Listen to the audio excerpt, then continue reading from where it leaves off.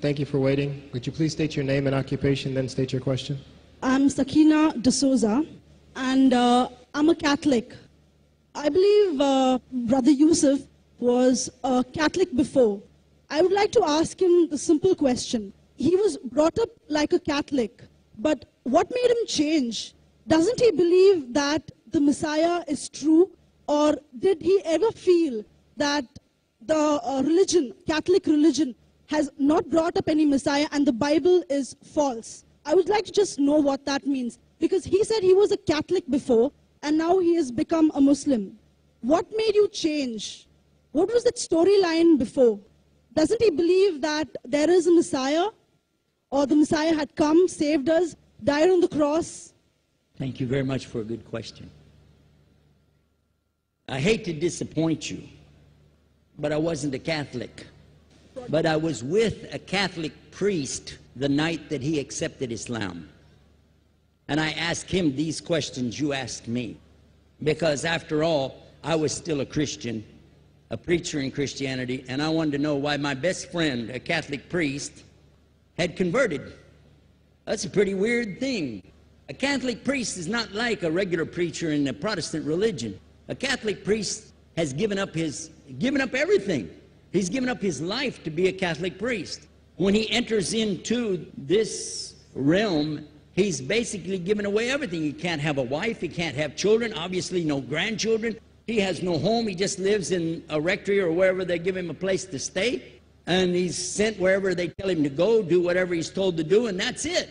And he cannot disobey the Pope, otherwise they can kick him out of the religion, and if they do, he's excommunicated and he goes to hell forever. So how would a person like this want to become one of those Muslim terrorists? That's what I wanted to know. He explained in a very few beautiful words something that I came to learn for myself. He said that he was sincerely in the Catholic religion because he believed in God, that he had studied, his degree was in theology, and a part of the teaching that they as priests have is to study Islam. Every priest is forced to study Islam. Now you may not know that, but you can ask your priest and he'll confirm it. And when you study Islam, even when Islam is taught to you by somebody who hates Islam, as long as they don't corrupt it too far, you can still see the truth in Islam. A classical example happened to me just recently when I was in Saudi Arabia. A friend of mine, very old copy of one of the first Qurans ever translated to English by George Sale. George Sale hated Islam, he hated the Muslims, but when he translated the Quran to English, he was true to the text of the words. Although maybe not getting all the meaning, he certainly was true to the text of the words. I was shocked when I read it. Have you seen it? You know what I'm talking about? Amazing. And listen to this. George Bernard Shaw, for instance, is one of many, a long list of people who read this and realized the truth of Islam. When people see the truth of Islam, it can change them if they want to be guided. If they want the truth, it can change them. You might think, I'm a Catholic, I'll never be anything but a Catholic. But I'm going to ask you a question, and I want you to be honest. This is not for you to, start a debate, but just be honest. Was Jesus a Catholic?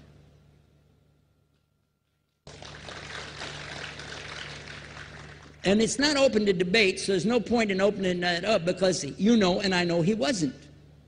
The Catholic Church was in business about 300 years before Jesus was born. It's on their website. Don't go like this. It's on their website. That's where I took it from. The Catholic Church was really started in Rome by Alexander the Great. Do you know what the word Catholic means? It means universal. It was the universal church for the Roman Empire. If you didn't join it, you could not be a Roman citizen. And it was opposed to the teachings of Judaism and opposed to the teachings of the early Christians for more than 200 and some years. And they were diametrically opposed to each other to the extent that it was the Romans killing the early Christians.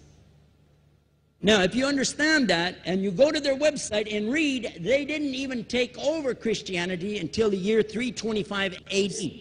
And when they did, they changed a lot of things, again, referring to their own website. But if you want to check it in Britannica or Americana or Grolier encyclopedias, go ahead and read about the Catholic Church. When, in August of 325 AD, at the Nicaea Council, they took over, first thing they said was, let's change the date of the birth of Jesus to be the same date as that of Mithras, which was the god, one of the gods worshipped there, and also the sun god's birthday was the same day, December the 25th, believing it to be the shortest day of the year. And Constantine was a sun worshiper of Sol Invictus. Go to the website, read it for yourself.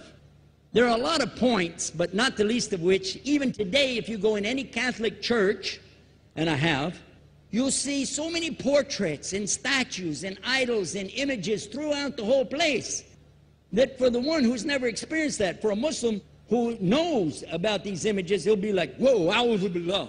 Whoa, what's this? The first time I walked in a Catholic church, I was about 10 years old. I was shocked. I was shocked at the idols and statues everywhere, because in the Protestant religion, we were brought up to believe that the second commandment was just as important as the first commandment. The first commandment in the Bible, in Exodus, is the same as the first commandment in the book of Deuteronomy. It says, I am the Lord your God that brought you out of the land of Egypt in the house of bondage. You know no other God beside me. Beside me there's no other gods. Thou shalt not have any other gods beside me. How many in this room agree with that commandment? Raise your hand. You notice the Muslims are raising their hand, because it means Ashhadu an la ilaha illallah. That's the first commandment for us as well. The second commandment you have clearly says, thou shalt not make any idol, any graven image of anything that creeps upon the earth, swims in the sea beneath, or flies in the air above. And I was sitting in a church one time, sitting there in the morning service, watching, the preacher talk, and, they go on and on and on, and sometimes you lose your train of thought. I was looking. Whoa! On the front of the podium, there was a fish. A fish. For the symbol, make you fishers of men. It had a fish. I said, whoa. Then I looked up above his head at the big stained glass window, and it had a dove, and he had the olive branch in his mouth. The dove is flying, the bird, I said, whoa. And then I look over here, and there's a cross with a man hanging on it. I said, wow, they didn't miss a single one. They got them all. Something walking on the earth, something swimming in the sea beneath, something flying in the air above. So look at these two things. Clearly, the first two of the 10 commandments, bang, bang, boom. Because if you said God is more than one, where did you get it from? When Jesus is talking to his own companions and they ask him, what's the greatest commandment? Mark 12:29. Clear. The greatest commandment is to know, O Israel, the Lord your God is one God. And you have to love him with all your heart and all your mind and all your strength. And this is no different from what Prophet Muhammad ﷺ was saying, the same thing to his people. Same thing I mentioned in the lecture. This is certainly for us the same. So what you see is Muslims practicing the commandments, and you see people claiming the commandments but practicing something else. And I have seen more converts from the Catholic Church than any other of the many sects of Christianity, and especially from the nuns, priests, and even an archbishop. And all of them are better than me. Those guys and women that I see do this, they still sacrifice their whole life to get the true message of Islam, not only to you, but to Muslims as well, because we all need to know about it. But thanks for a great question.